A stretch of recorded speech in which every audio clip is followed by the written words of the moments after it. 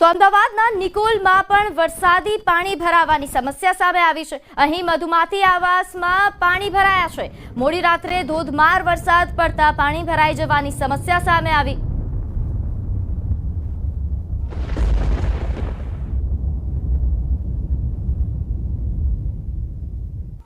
તો આ દ્રશ્યો આપ જુઓ, મધુમાતી આવાસમાં પાણી ભરાઈ જવાની સમસ્યા। પાણી જે રીતે અહીં ભરાઈ ગયા છે, અહીંના જે સ્થાનિકો છે, રહીશો છે, તેમને ભારે હાલાકી ભોગવવાનો વારો આવ્યો છે।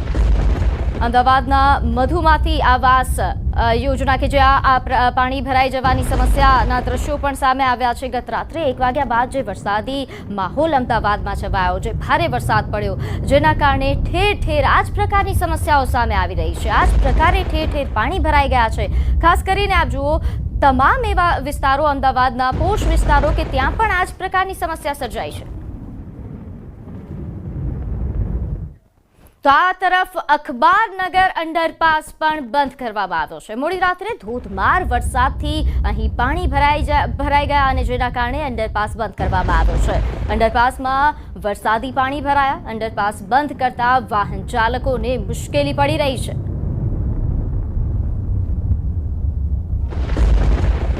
તો અમદાવાદના અખબારનગરનો જે અંડરપાસ છે તે બંધ કરી દેવામાં આવ્યો છે। મોડી રાત્રે જે ધોધમાર વરસાદ પડ્યો તેના કારણે આ અંડરપાસ બંધ કરવામાં આવ્યો, કારણ કે અંડરપાસમાં પાણી ભરાઈ ગયા છે। તો આ તરફ ગાંધીનગરમાં પણ ધોધમાર વરસાદ પડ્યો। અંડરપાસમાં અહીં પણ વરસાદી પાણી ભરાઈ ગયા।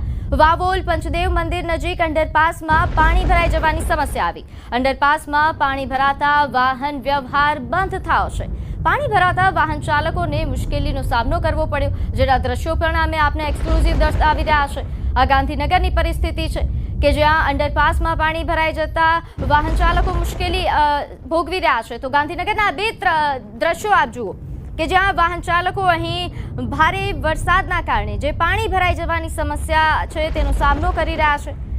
અંડરપાસમાં પાણી ભરાઈ ગયા છે અને જેના કારણે વાહન ચાલકો અહીં આવતા વાહનને પસાર કરવા માટે અને પંચદેવ મંદિર પાસેના પણ દ્રશ્યો, અને આ મંદિર પાસેનું જે અંડરપાસ છે, જે હાલમાં જેનું નિર્માણ પણ થયું, જ્યાં પાણી ભરાઈ જવાની સમસ્યા સામે આવી છે, એટલે તંત્રએ શું કાર્ય કર્યું છે તે આપણે જોઈ શકાય છે। તેનો આ પુરાવો છે કે કામગીરી કોઈ પણ પ્રકારની દેખાતી નથી તંત્રની। પ્રી મોન્સૂન કામગીરીની મોટી મોટી વાતો ગાંધીનગરમાં પણ પોકળ।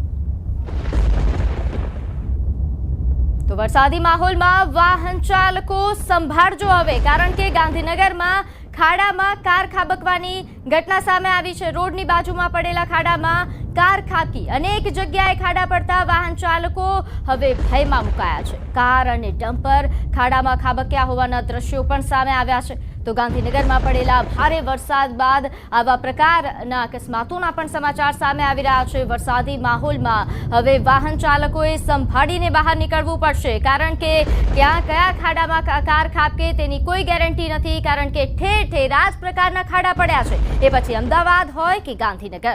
તો ગાંધીનગરથી આ મહત્વના સમાચાર। કાર અને ડમ્પર અહીં ખાડામાં ખાબક્યા હોવાના દ્રશ્યો પણ સામે આવ્યા છે।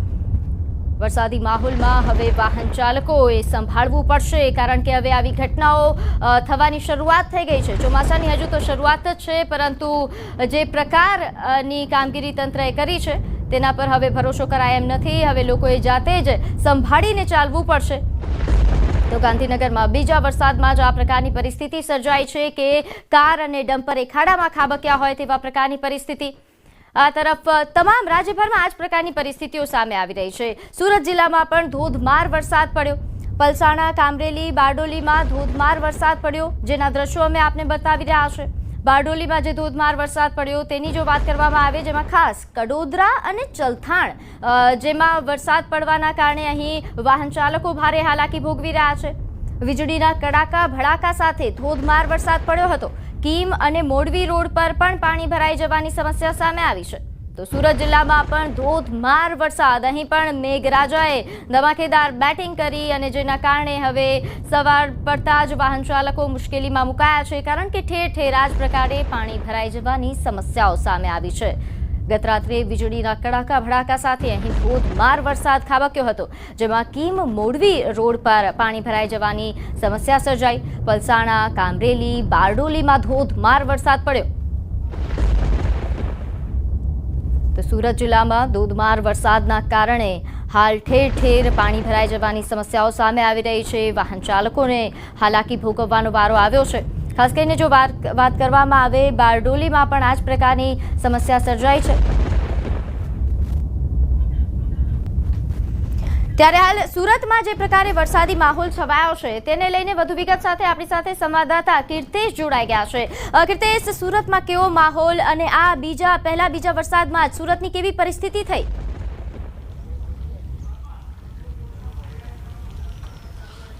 બિલકુલ સિઝનનો પહેલો જ વરસાદ કહી શકાય અને વરસાદનો બીજો દિવસ છે, પણ દ્રશ્ય જોઈ શકાય છે સુરતનું ઉત્તરાયણ પોલીસ સ્ટેશન કે જે પોલીસ સ્ટેશન જ પાણીમાં ગરકાવ થઈ ગયું છે। ચારે તરફથી પાણી ફરી વળ્યા છે। જે પ્રકારે મોડી રાત્રે શરૂ થયેલો વરસાદ ધીરે ધારે શરૂ થયા બાદ તેની ધમાકેદાર એન્ટ્રી થઈ હતી। મહાનગરપાલિકાએ પ્રી મોન્સૂનની કેવી કામગીરી કરી છે તેની આ દ્રશ્ય પરથી જ ખ્યાલ આવે છે। દર વર્ષની જેમ સુરત મહાનગરપાલિકાની